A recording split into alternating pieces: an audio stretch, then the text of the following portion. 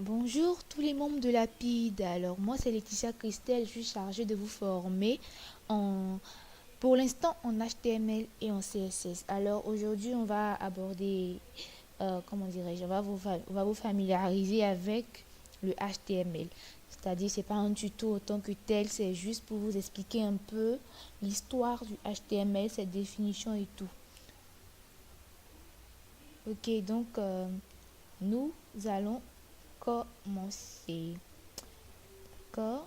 Commençons dès maintenant par le début. Ok. Le titre. Familiarisation avec le HTML en vous donnant les informations de base. Ok. Donc, définition. HTML signifie Hypertext Markup Language. Hypertext Markup Language. Ce n'est pas totalement ce qui vous intéresse dans le HTML. Vous vous dites souvent que vous attendiez à ce que je fasse des démonstrations avec des logiciels de programmation et tout. Je vous dis, calmez-vous, ça va venir, mais il faut que vous connaissiez d'abord le HTML, c'est-à-dire pourquoi il a été créé et tout. Voilà, à quoi il sert. Voilà, ok, donc on continue. Le hypertext, c'est bien évidemment pour le HT, le markup pour le M et le L pour le language. Ok, so HTML signifie Hypertext Markup Language. Un petit récapitulatif. Voilà, ce tuto ne durera pas bien longtemps, c'est juste pour vous montrer un peu, voilà, ce que je sais du HTML. Je ne sais pas si vous avez d'autres définitions à vous. Moi, c'est ce que moi je sais, alors je vous les donne. Merci de suivre.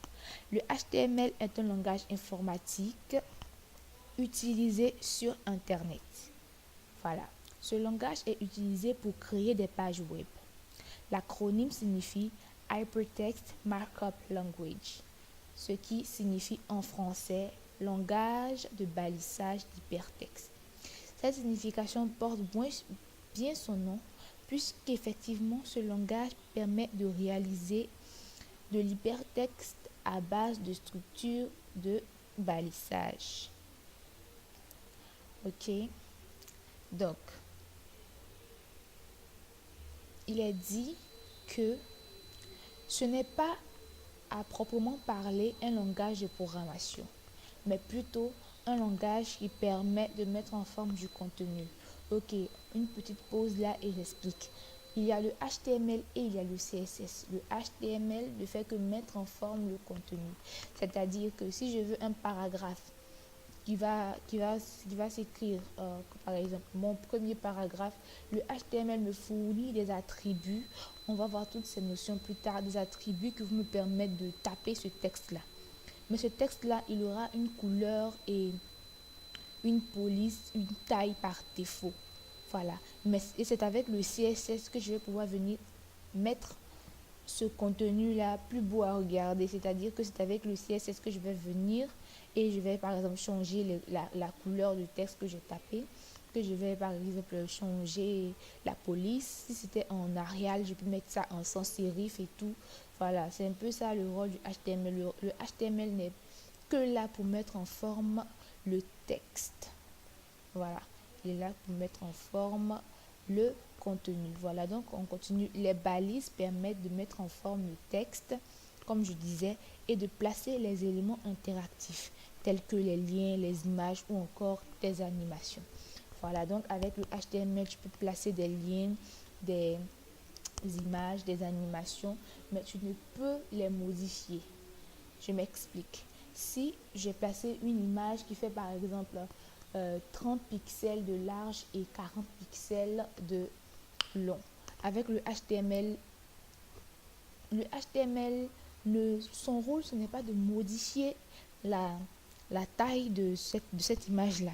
Son rôle, ce n'est que de placer l'image dans la page. Et maintenant, c'est avec le CSS qu'on va venir mettre cette image à la taille voulue. Voilà, donc ces éléments ne sont pas dans le code source de la page codée en HTML. Effectivement, je m'explique.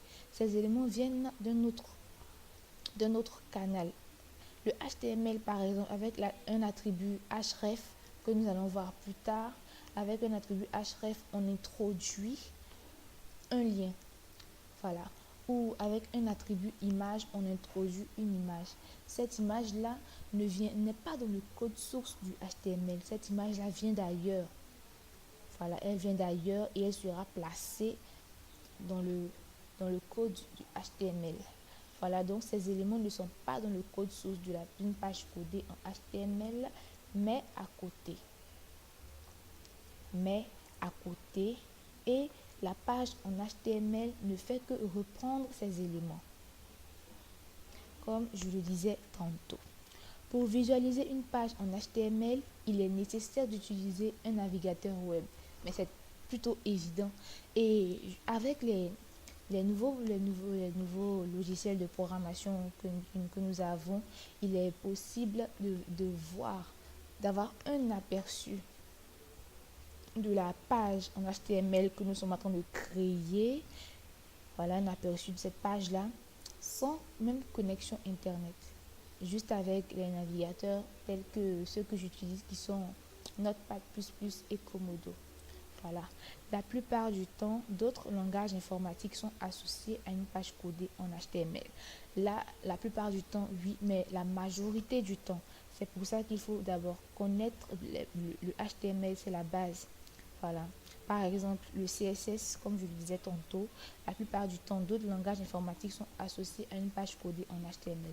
À chaque page codée en HTML correspond une page en CSS. Les deux sont comme qui dirait les deux bouts d'une même pièce. Voilà, les deux bouts d'une même pièce. Donc, qui permet de mettre en forme le contenu d'une page codée en HTML. Comme je le disais, le CSS permet de mettre en forme le contenu d'une page codée en HTML. Il y a également des langages informatiques qui dépendent entièrement du HTML, tels que le JavaScript. Voilà, c'est-à-dire que si tu ne maîtrises pas le HTML, tu ne peux programmer en JavaScript. C'est impossible. Voilà. Ok. Donc, on passe à la deuxième étape, qui est ce qu'il vous faut pour pouvoir programmer. Voilà, donc j'ai essayé de faire court. Voilà, avant de pouvoir programmer, il faut un ordinateur, un logiciel de programmation. Ça dépend de votre choix, de votre goût. Mais moi, je vous conseille Notepad++, Notebook, Komodo. Voilà.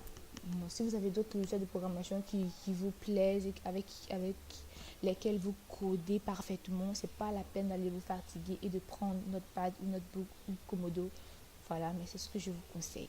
Il faut que vous sachiez aussi que l'utilisation de chaque logiciel est différente d'un logiciel à un autre. Voilà, l'utilisation diffère d'un logiciel à un autre parce que ce ne sont pas les mêmes logiciels. Voilà, c'est parfaitement, c'est typique. C'est vrai que quand tu vas taper une page avec un code en HTML sur Notebook et avec le même code sur Komodo, ça va afficher la même page, mais ce ne sont pas les mêmes interfaces de travail. Voilà, donc il faut maîtriser le plus de logiciels de programmation possible pour pouvoir exceller en programmation. Voilà, c'était tout concernant le HTML. Selon moi, c'était Laetitia Christelle Ouellet de la PID. Merci d'avoir suivi ce tuto. J'espère qu'il vous aura plu. Abonnez-vous pour ne pas rater d'autres et certainement les prochains tutoriels qui vont suivre parce qu'il y aura des prochains avec lesquels il y aura des exemples directs sur les pages. Donc, c'était juste une parenthèse. Merci d'avoir suivi le tuto. Abonnez-vous à la chaîne PID Edu et au revoir.